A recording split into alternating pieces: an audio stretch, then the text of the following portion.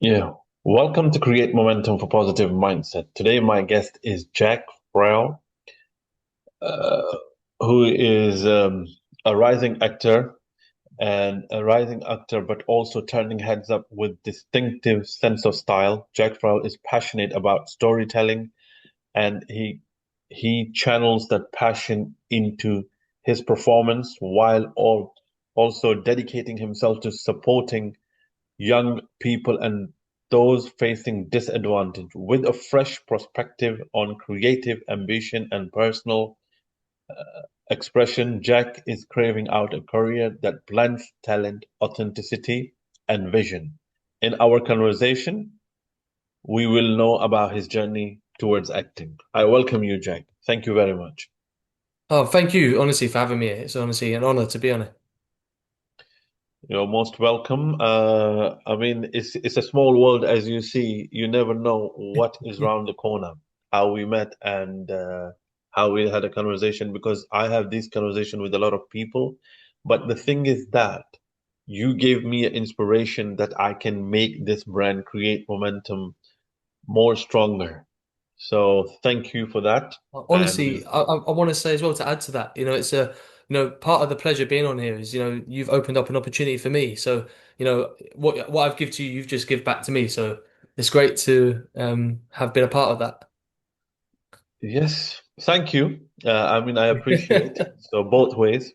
So, for those who may be discovering you for the first time, how would you describe yourself?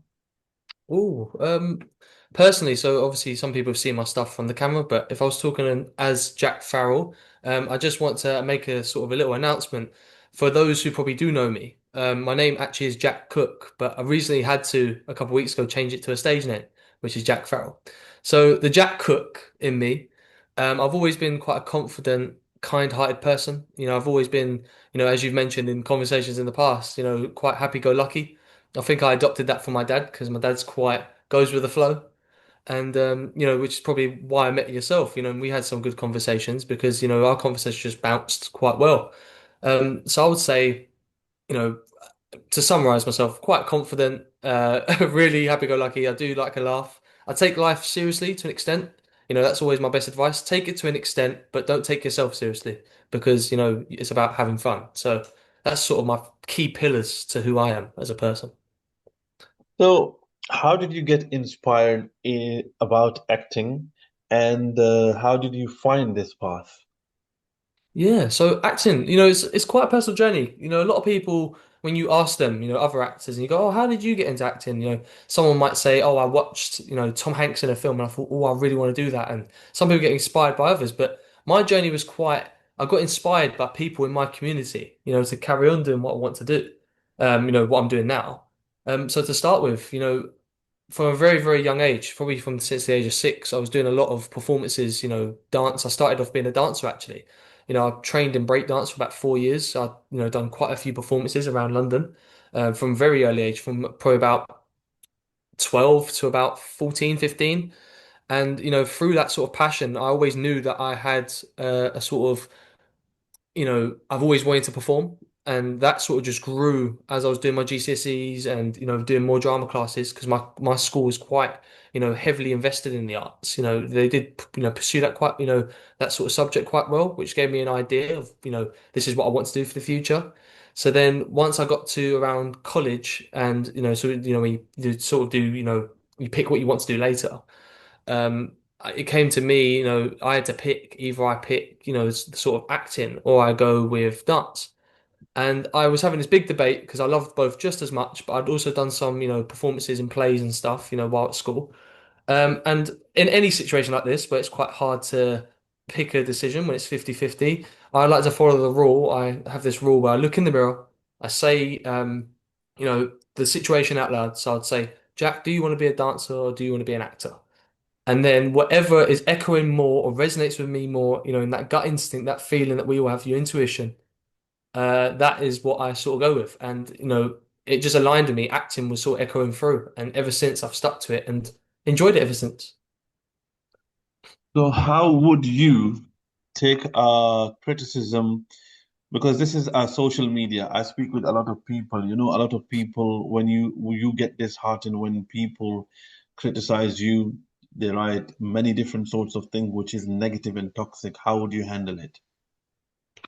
Oh, so obviously, it's even you don't have to be a part of the industry to know that, Mm, rejection is a massive part of acting. I think everyone, everyone I've spoke to, whether it's the coffee shop that you met me at, and mm. wherever it is, maybe a lot of people have asked me whenever they go, "Oh, do you do acting?" I go, "Yeah, I do acting when we're having conversations." They go, "Well, it must be hard with the rejection." So it's crazy how that's a big theme, right? And you know yourself as you mentioned.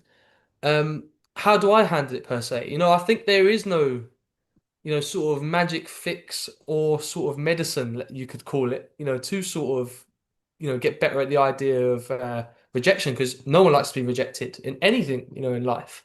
The only thing I can ever, brace people for is be comfortable with the idea. Like anything, that, is quite hard to deal with. The more comfortable you get to the idea and the less personally you take it, as far as the rejection side of things. There's many times where I had a casting call, a big casting call for a massive American TV show, which I thought was going to set me up for life. And I went through all the rounds of the auditions, did really well as a self-tape, and this was 17.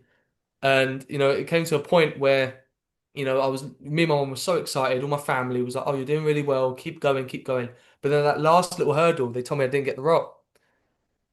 And a lot of it was because, appearance things, like sort of you didn't look the part, as compared to someone else who went for it. But over time, I just built the resilience to understand that all you can do is everything you can. And you've got to be so true to yourself.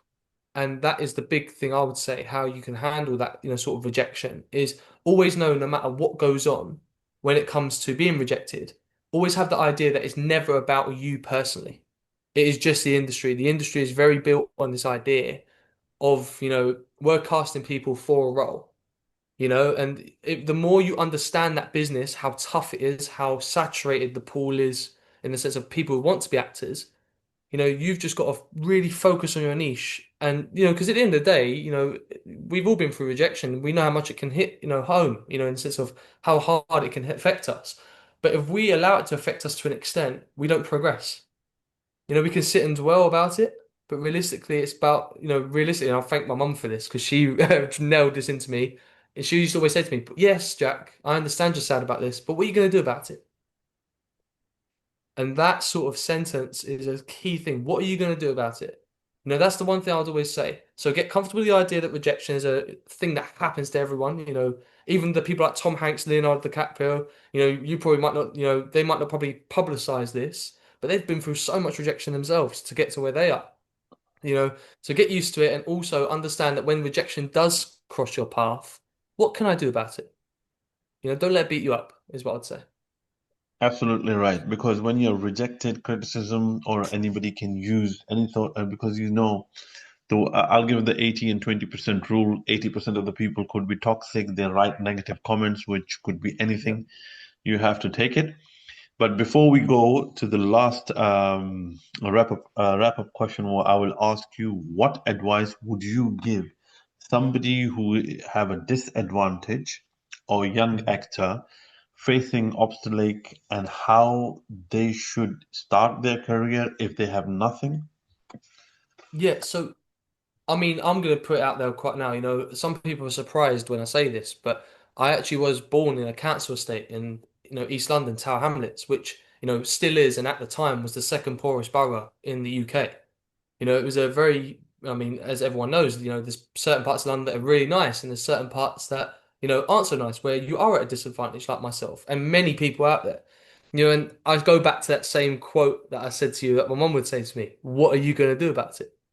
You have to understand there's so many people that have paved the pathway, all different backgrounds of showing it can be done. It's not impossible. It just means that you're gonna have to work a little bit harder. So my advice would be, like I said, take every opportunity that comes your way. Everything. In your communities, you'll find there's so many free performances. And even now, like I've noticed how, useful community theatre was. Although it wasn't, like the Amazon, the Netflix, the West End, these community theatres are where it all starts.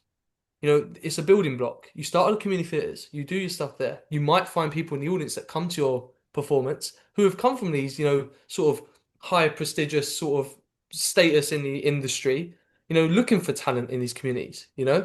So for someone in that, disadvantaged background, always understand, although the chips may be not in your favor, always understand that we can always do something about it. And what we can do is strive to achieve. So just keep going every day. Make sure every day, if this is something that you want to do, you're taking that step forward, whether it's joining community theatres, doing clubs about acting, learning lines, practicing scripts, watching films, even watching films now, or, going to plays, stuff like, there's loads of plays where you can, community theatres that you can go to where you can just watch actors that are probably in a higher position, but still in that sort of stage where you can learn from them.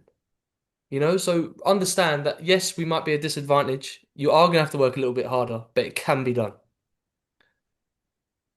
Thank you, Jack. Much appreciate your time.